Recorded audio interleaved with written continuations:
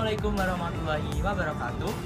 Kami dari kelompok 7, pada kesempatan kali ini kami akan membahas mengenai bagaimana cara memahami peran serta masyarakat dunia usaha dan dunia industri dalam pendidikan. Video ini dibuat untuk memenuhi tugas akhir mata kuliah Manajemen Kebudayaan dan Pemberdayaan Masyarakat dalam Pendidikan yang diampu oleh Profesor Dr. Mas Duki Ahmad, SHMM. Sebelum memulai video ini, izinkan saya untuk memperkenalkan anggota kelompok 7. Perkenalkan, saya Agus Setiawan dengan NIM 11036200005.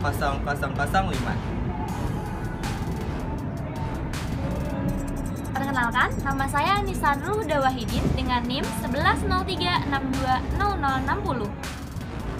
Halo, saya Farah Nusa Sabila dengan NIM 1103620142.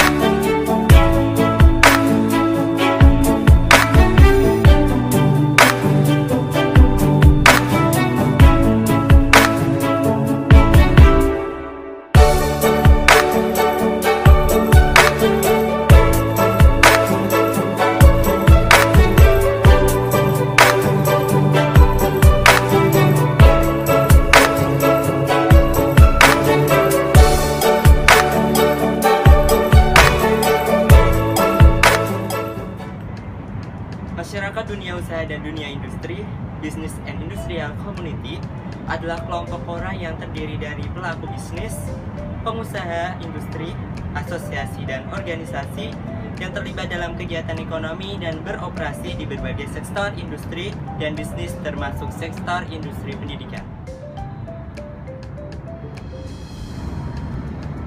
Dalam konteks pendidikan, masyarakat, dunia usaha, dan dunia industri dapat diartikan sebagai kelompok orang yang terlibat dalam kegiatan ekonomi dan beroperasi di berbagai sektor industri dan bisnis yang memiliki peran penting dalam memberikan kontribusi dan dukungan terhadap pengembangan kurikulum, peningkatan kualitas pendidikan, pelatihan praktis, pengalaman kerja, dan bimbingan bagi para siswa dan calon pekerja.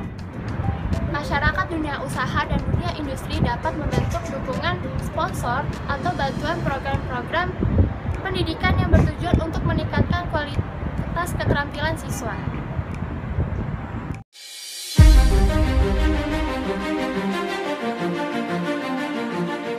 Industri pengolahan non-migas mencatatkan pertumbuhan sebesar 4,83% pada triwulan ketiga tahun 2022, naik dibandingkan periode yang sama tahun lalu di angka 4,12%.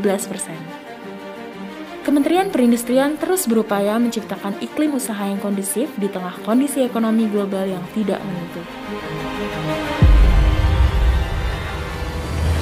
Beragam program dan kebijakan strategis dilakukan, di antaranya perluasan akses untuk pasar ke Amerika Latin, Afrika, negara Timur Tengah, dan Asia. Mendominasi pasar dalam negeri melalui program peningkatan penggunaan produk dalam negeri atau P3DN.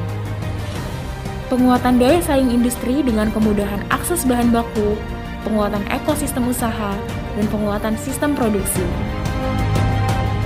Industri manufaktur telah mencetak 400.000 tenaga kerja baru, sekaligus sektor yang konsisten dalam memberikan kontribusi terbesar pada PDB nasional, yaitu mencapai 16,10% pada triwulan ketiga tahun 2022, naik dibanding triwulan kedua tahun 2022 di angka 16,01%. Tercatat 3 klasifikasi klaster pertumbuhan industri saat ini, yaitu: pertama, 4 sektor industri yang tumbuh pesat dan menguat berkat kebijakan pemerintah seperti melakukan relaksasi PPNBM dan program P3DN.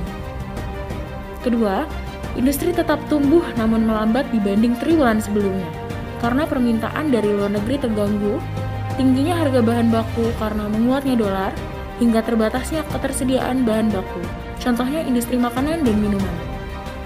Ketiga, terdapat 3 sektor industri yang tumbuh negatif, yang berkaitan dengan melemahnya market dan tingginya harga bahan baku. Melalui pelaksanaan berbagai program dan kebijakan strategis yang dilaksanakan dengan baik, maka Kementerian Perindustrian optimis bahwa pertumbuhan industri manufaktur ke depan akan jauh lebih tinggi, yang didukung oleh peningkatan efisiensi, penguasaan teknologi khususnya Industri 4.0, dan peningkatan daya saing produk industri.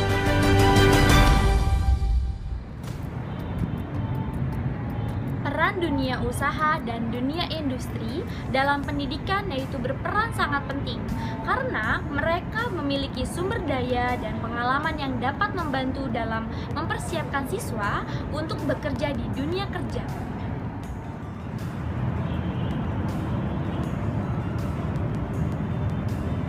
Berikut adalah beberapa peran yang dimainkan oleh dunia usaha dan dunia industri dalam pendidikan. Yang pertama, memberikan pelatihan dan pengalaman kerja. Yang kedua, membantu pengembangan kurikulum. Yang ketiga, menawarkan beasiswa dan dukungan keuangan. Dan yang keempat, menyediakan mentor dan pelatihan. Adapun 4 contoh program atau kegiatan yang melibatkan dunia usaha dan dunia industri dalam pendidikan. Yang pertama ini ada program magang atau kerja praktek. Yang kedua ada pelatihan keterampilan. Yang ketiga ada program kerjasama riset dan pengembangan. Yang terakhir ini ada program sertifikasi. Cukup sekian penjelasan materi video dari kami. Kurang lebihnya mohon maaf. Wassalamualaikum warahmatullahi wabarakatuh.